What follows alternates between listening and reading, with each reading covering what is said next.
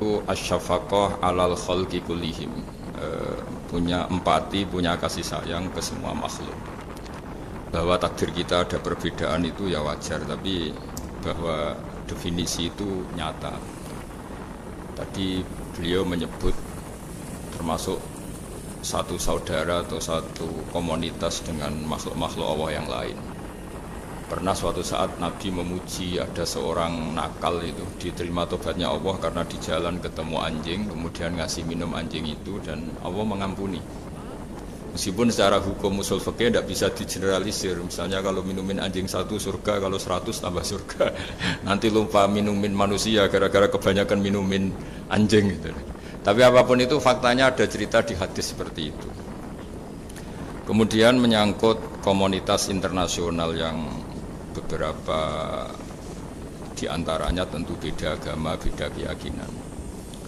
Saya mau membacakan cerita di kitab Ar-Risalah Al-Qushairiyah. Jadi saya hanya membantu referensi-referensi yang diajarkan guru-guru kita. Ar-Risalah Al-Qushairiyah adalah kitab kesayangan Mbah Maimun karena dulu mbah beliau dapat ijazah dari Sayyid Umar Sato, kakaknya Sayyid Abi Bakar Sato yang punya kitab I'anatul Talibin. Dan kitab itu dibawa ke Indonesia sampai ke saya sebagai murid beliau. Di antara yang disebut dalam Ar-Risalah Al-Qushairiyah ini Thariqatu Ahlil Ilm, kitab Ar-Risalah Al-Qushairiyah itu. Saya baca nasnya ya, atau ibaratnya atau teksnya. Sami'tu ba'dal ulama yaqulu istadhafa majusiyun Ibrahim al-Khalil alaihi salam faqala bisyarti antuslima. Famarral majusi fa'awhallahu ta'ala ilaihi mundu khamsina sanatan nut'imuhu ala kufri falau nawaltahu lukmatan min ghairi antutalibahu bitahhiri dini. Famado Ibrahim alaihi salam ala athari hatta adrukahu wa atadhara ilaihi fasalahu anisabab fadhakara lahu dhalik fa aslamal majusi. Jadi suatu saat Nabi Ibrahim itu kan terkenal Abu Duyuf, orang yang mesti menservis tamu-tamu itu. Kita tahu dulu itu tidak ada warung, tidak ada hotel, tidak ada, ya pokoknya tidak ada mall. Sehingga kalau orang pergi itu kelaparan betul. Bahwa orang kaya pun kelaparan karena melewati padang pasir. Kalau sekarang kan orang mau sowan kiai makan dulu. Karena takutnya di rumah kiai kan makan sungkan, jadi makan dulu nanti di kiainya tinggal pura-pura makan. Kalau dulu memang makan nih tamu itu wajib betul, kalau tidak ya kelaparan betul tamu. Sehingga cerita suatu saat di antara tamu itu berakidah, berfaham majusi. Atau beragama majusi lah gampangannya. Terus Nabi Ibrahim nggak mau, saya mau ngasih makan syaratnya Anda harus Islam. Akhirnya orang ini putus asa kemudian meninggalkan Nabi Ibrahim. Saat orang itu meninggalkan Nabi Ibrahim, Allah memberi wahyu ke Nabi Ibrahim. Orang itu umurnya 50 tahun dan dia hidup karena tak kasih makan. Terus kata Allah, mundu khamsina sanatan nut'imuhu ala kufri. Saya yang Tuhan saja ngasih makan dia 50 tahun tanpa syarat dia harus Islam. Kamu baru dimintai makan sehari mensyaratkan Islam. Walhasil terus Nabi Ibrahim ngejar orang majusi itu, terus monggo makan di rumah saya. Singkat cerita terus orang majusi itu tanya, kenapa Anda berubah pikiran? Terus Nabi Ibrahim cerita bahwa beliau ditegur Allah kemudian harus melakukan itu. Jadi cerita-cerita seperti itu banyak. Dulu kita dengar para kiai sering cerita ketika seorang Yahudi rumahnya diusir Amr bin As untuk pembangunan masjid. Ketika lapor ke Sayyidina Umar, masjid itu yang mengambil tanahnya orang Yahudi harus dikembalikan ke orang Yahudi. Dulu guru-guru kita juga sering cerita Sayyidina Ali itu pedangnya dicuri sama orang Yahudi. Ketika ketemu di pasar atau di jalan, kemudian Sayyidina Ali yakin itu pedangnya, dilaporkan ke Qadhi Syurah. Setelah itu Sayyidina Ali diminta, buktinya apa? Saksinya siapa? Kalau itu pedang Anda, saksinya Hasan dan Husain. Tapi kata hakim, Sayyid Hasan Husain itu keluarga Anda, tidak sah jadi saksi. Zaman itu Sayyidina Ali masih berargumentasi, waqad qala Rasulullah sallallahu alaihi wasallam Hasanun wa Husainun sayyida syababi ahlil jannah. Tapi kata Imam Surah tetap standar saksi itu tidak boleh dari keluarga. Singkat cerita, qadhinya itu pakai standar hukum usul fikih, al-qaulu qaulu sahibil yad. Yang dibenarkan adalah yang sekarang megang barang itu. Ketika enggak ada saksi, al-musaddaq yang dibenarkan al-qaulu qaulu sahibil yad, yang dibenarkan ya yang megang barang itu. Singkat cerita dimenangkan oleh orang Yahudi tadi. Setelah dimenangkan Sayyidina Ali agak kecewa, masa seorang Amirul Mukminin sidang di pengadilan negeri kalah. Tapi orang Yahudi tadi akhirnya insaf, sadar sampai masuk Islam, sampai beliau ngendikan bihadza taqumus sama wal ard, karena ini langit dan bumi berdiri karena keadilan itu. Jadi ini cerita-cerita referensi yang bisa menolong teman-teman siapapun berkomunitas internasional. Karena pikiran saya sederhana ya, al ilmu yurisul ahwal, ilmu itu melahirkan sikap. Jadi kalau kita punya referensi yang cukup tentang toleransi, insya Allah kita hidup di mana saja punya toleransi, karena toleransi itu juga ajaran agama. Di antara yang diceritakan para guru-guru kita adalah ketika Nabi mau dibunuh oleh orang namanya Daksur atau Duksur, siapa enggak tahu KTP-nya saya. Kiai-kiai kalau baca Daksur.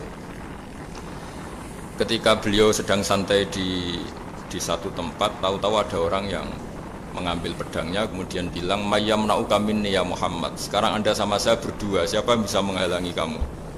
Nabi dengan rileks menghentikan Allah. Kemudian si Daksur ini gemetar, pedang jatuh, kemudian diambil Nabi. Sekarang ya Daksur, mayyam na'uka minni, yang bisa menghalangi kamu siapa? Orang itu bilang la ahada, tidak siapapun. Nabi dengan gampangnya fa'afa anhu, Nabi memaafkan. Padahal ini jenis harbi, jenis orang yang jelas punya niat bunuh. Terus artinya kita-kita yang ngaji di pesantren, saya ngaji di Mbah Maimun, punya bapak di Nur Salim, semuanya ngajarkan bahwa di mana-mana perang kekerasan itu ya karena kita diperangin. Udina lil ladzina yuqatalun, karena kita diperangi kita boleh perang. Qatilul ladzina yuqatilunakum. Jadi yang boleh kita perangi ya zaman kayak kita dulu dijajah Belanda, dijajah Jepang zaman itu. Ketika sudah tidak ada penjajahan ya alasan itu sudah hilang karena mereka tidak merangi kita. Jadi apa ya, perang ya ada konteks rasionalitasnya, damai juga ada konteks rasionalitasnya. Tapi karena kita punya tradisi referensi, teman-teman yang di Jerman tak bantu tadi ada kitab Arisalah Al-Busheria, terus ada beberapa cerita-cerita tadi kayak Daksur.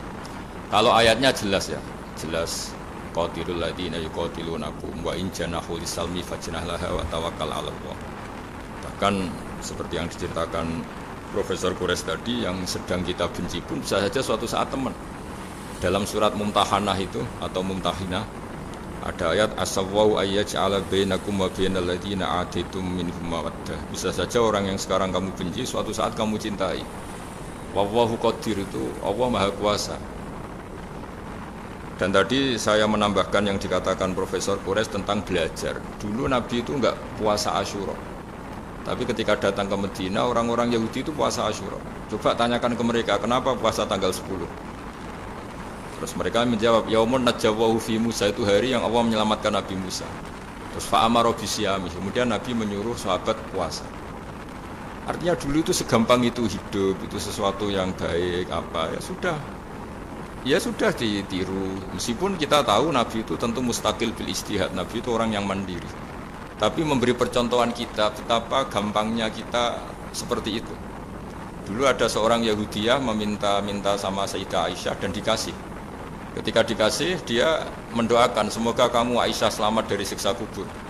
Zaman itu Sayyidah Aisyah itu belum tahu tentang siksa kubur sehingga beliau engkar, enggak percaya. Tapi setelah Rasulullah datang dan diceritanin, Nabi, oh iya siksa kubur itu ada. Dan semenjak itu Nabi selalu isti'adah, minta perlindungan dari siksa kubur. Jadi dulu di komunitas-komunitas beda agama sesuatu yang benar ya dibenarkan. Makanya kaidah umum dalam interaksi antar agama itu la tusaddiquhum wa la tukadzibuhum, ya kamu jangan bilang iya, jangan-jangan enggak, ya jangan bilang tidak, jangan-jangan iya. Jadi aturan ilmunya jelas la tusaddiquhum wa la tukadzibuhum. Ya artinya sesuai referensi ilmu lah kira-kira begitu. Terus yang terakhir, ini saya mohon maaf sama komunitas di Jerman karena saya ini pura-puranya aja sibuk. Karena saya kira ini seberapa jam lagi saya ngajar ini. Nanti kalau saya tidak ngajar di sini yang ngundang agak-agak dosa. Jadi supaya sama-sama tidak dosa, ini saya ya nuruti jenengan. Tapi ya karena saya ngajar ini juga yang datang orang macam-macam. Ada yang Kalimantan, Sumatera mau ngaji di sini. Ini seberapa jam lagi saya ngaji Sahih Muslim. Yang terakhir ini di halaman Kitabu Adabil Ulfa wal Ukhuwah halaman 285 dalam Ihya juz 2. Jadi kitab saya juz 2. Mungkin kalau beda cetakan yang jelas ikut Kitabu Adabil Ulfa wal Ukhuwah. Di sini diterangkan oleh Imam Ghazali dengan beberapa riwayat yang disebut al-jiranu salasatun, bertetangga itu ada 3. Jarun lahu hakun wahid, ada tetangga yang punya hanya 1 hak. Wa jarun lahu haqqani wa jarun lahu salah satu hukukin. Terus beliau cerita yang punya 3 hak itu ya tetangga, ya seagama, ya masih ada hubungan kerabat. Yang punya 2 hak ya tetangga, ya seagama. Terus wa amal ladzi lahu hakun wahid fal jarul musyrik. Yang punya hak 1 itu tetangga yang beda agama. Jadi intinya tetap dikasih hak meskipun beda agama. Sampai diantaranya disebutkan juga di halaman 287.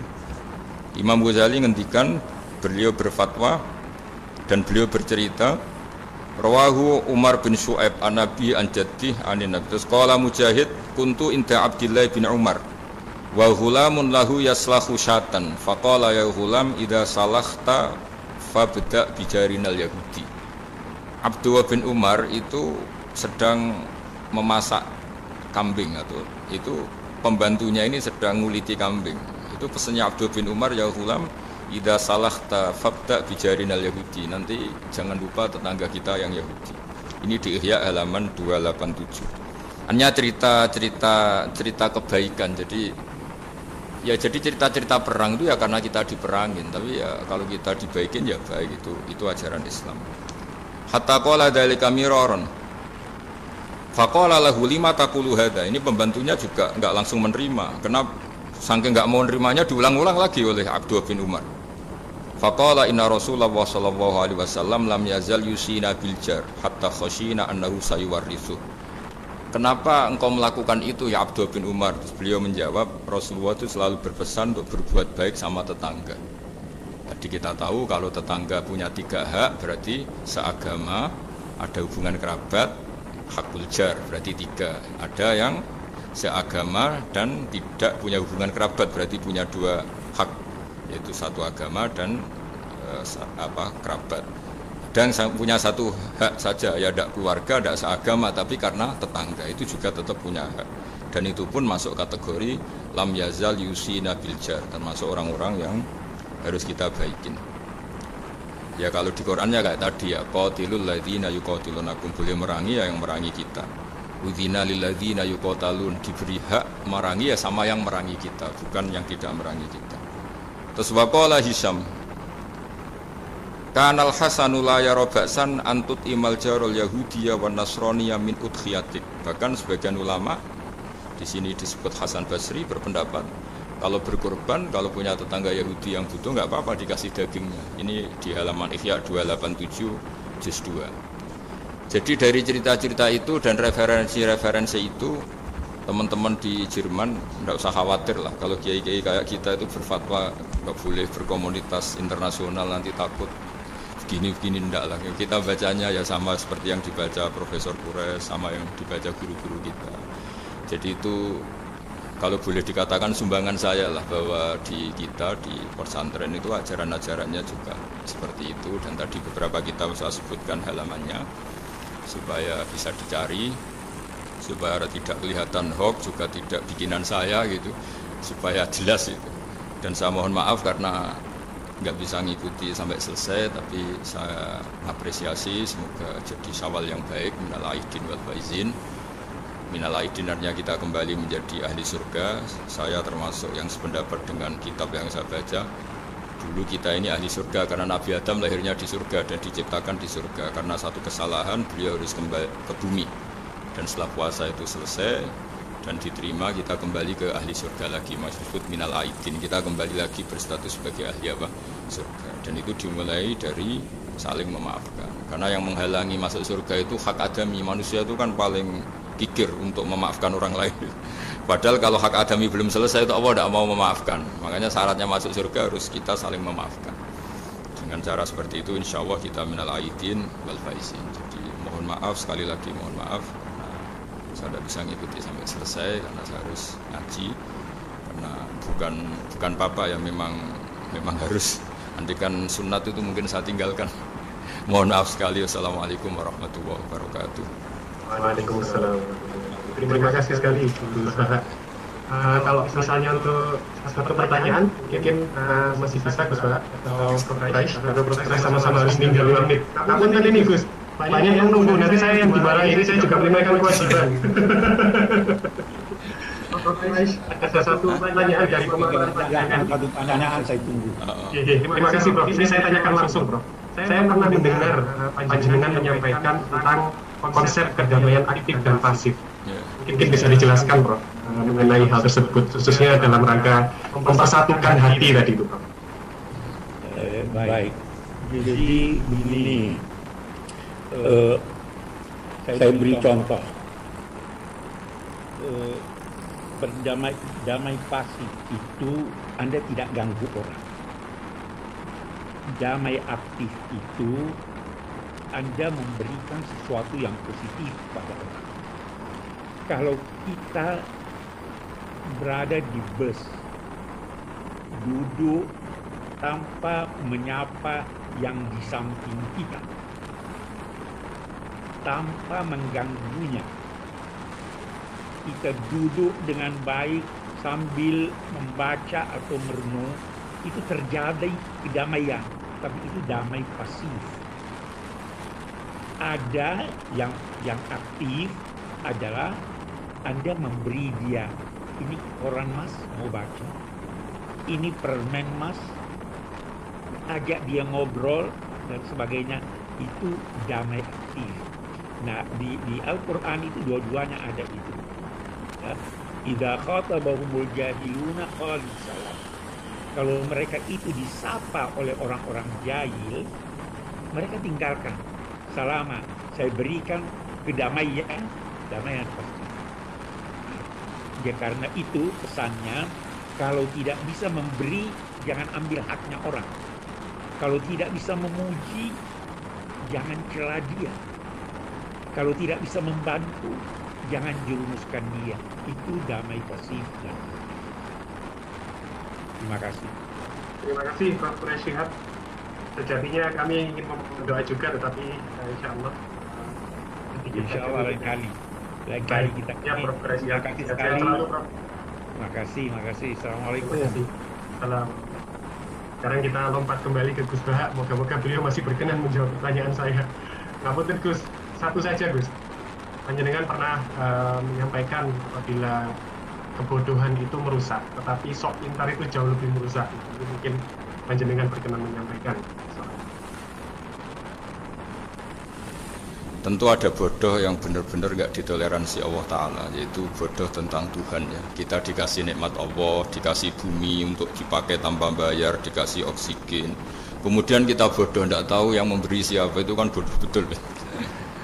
Tapi lebih merusak lagi ketika nggak ngerti, mengklaim dirinya sebagai ngerti. Karena itu artinya kan sesuatu yang harusnya larangan dimengerti, gara-gara kamu bilang itu ilmu, itu terus diilmukan. Jadi sesuatu yang salah tapi diilmukan, itu lebih ngeri karena menyesatkan. Saya beri contoh misalnya begini, kita di pondok itu kan ngaji jelimet lah. Jelimet itu ya detail, sehingga kita tahu lah bodoh yang paling nggak ditoleransi itu bodoh tentang Allah. Sehingga ketika pertama kita ngaji, awalu wajibin alal insan ma'rifatullah, pertama yang harus kita tahu itu Allah. Kita sebagai warga negara Indonesia aja tahu presidennya siapa, bupati kita siapa. Masa di buminya Allah tidak tahu yang bikin siapa, itu kan kebangetan. Itu bodoh, itu merusak, terutama bodoh dalam hal-hal yang harus ngerti, yaitu tadi ma'rifatullah. Tapi juga ada yang lebih fatal lagi, tidak ngerti tapi menyesatkan dengan klaim ngerti. Itu yang umat Islam zaman Imam Ghazali itu selalu mengingatkan bahayanya filsafat yang menyesatkan. Misalnya teori tentang Tuhan itu logos terus begini, itu jeluwimet sampai yang dengarkan aja nggak paham, yang ngomong juga masih nggak paham, apalagi yang mendengarkan. Tapi itu kan mengkaburkan teori Tuhan yang sejelimet itu. Padahal Tuhan bisa ditemukan dengan cara yang mudah. Tuhan itu siapa? Ya, yang pokoknya yang menciptakan langit bumi itu namanya Tuhan. Tuhan itu siapa? Yang wujudnya paling awal itu namanya Tuhan. Tapi gara-gara diberi penjelasan yang seakan-akan jelimet ilmiah, padahal itu nggak benar, itu hanya nggak benar. Nah, itu lebih ngeri lagi karena orang akan bertuhan dengan cara yang salah. Ya kira-kira gitulah contoh ekstrimnya. Terus saya gimana? Terus saya nambahi tadi. Ampun. Ya. Udah cukup ya? Akhir penutup permintaan dari kawan-kawan untuk berdoa, Gus. Oh iya. Ya, untuk kami-kami yang di sini. Ya, Karena Prof. Siap tadi juga sudah melimpahkan panjenengan. Oh ya. Terus saya menambahkan sedikit tentang yang didawuhkan Pak Kures tadi. Memang di terakhir dawuhnya Nabi, kamu harus berbuat baik. Kalau nggak bisa ya Rasulullah, mendukung yang baik. Kalau nggak bisa ya Rasulullah, Nabi terakhir ngendikan takufu syarroka anin nas fa innahu sadaqatun minka ala nafsik. Potensi kejahatan kamu jangan menimpa orang lain, itu ya bagian dari sedekah kamu. Jadi takufu syarroka anin nas fa innahu sadaqatun minka ala nafsik. Jadi misalnya bawaan kita baru nggak mood, bawaan kita baru ingin emosi, ya sebaiknya jangan ketemu orang, nanti bawaannya cemberut. Tapi kalau bawaan kita sedang baik, ya sudah nggak apa-apa ketemu orang itu. Jadi ya, diukur-ukur sendiri lah gitu. Pokoknya kalau sedang jatuh tempo kredit, banyak utang, nggak usah keluar. Nanti bawaannya ketemu orang marah ya kira-kira gitu. Ya dihitung-hitung sendiri. Al-Fatihah. A'udzubillahi minasyaitonir rajim. Bismillahirrahmanirrahim. Alhamdulillahirabbil alamin. Arrahmanirrahim. Maliki yaumiddin. Shiratal mustaqim. Shiratal ladzina an'amta 'alaihim. Bismillahirrahmanirrahim. Nahmaduka ya ghafur ya syakur ya wadud. Allahumma shalli wa sallim wa barik ala sayyidina Muhammadin wa ala alihi wa sahbihi asma'in. Nas'aluka ya Allah bi anna lakal hamda la ilaha illa anta al-hannan al-mannan ya badi'as samawati wal ardi ya hayyu ya qayyum. Nas'aluka ya Allah an tarzuqna at-ta'siya wal quwwata wal iktidar bi nabiyyika Muhammadin sallallahu alaihi wasallam. Rasulullah yaslu alim ayatika yu'allimuhumul kitab wal hikmata wa yuzakkihim antal azizul hakim.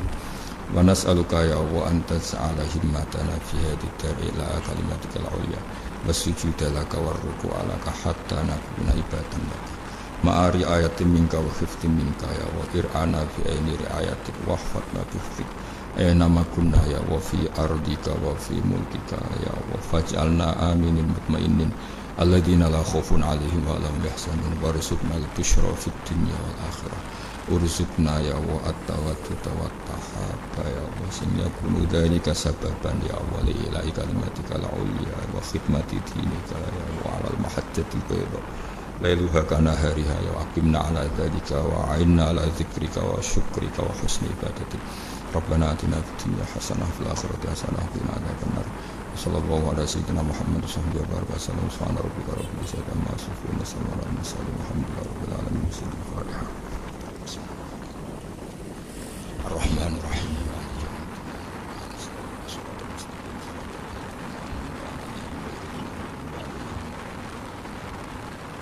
Mohon maaf. Assalamualaikum warahmatullahi wabarakatuh.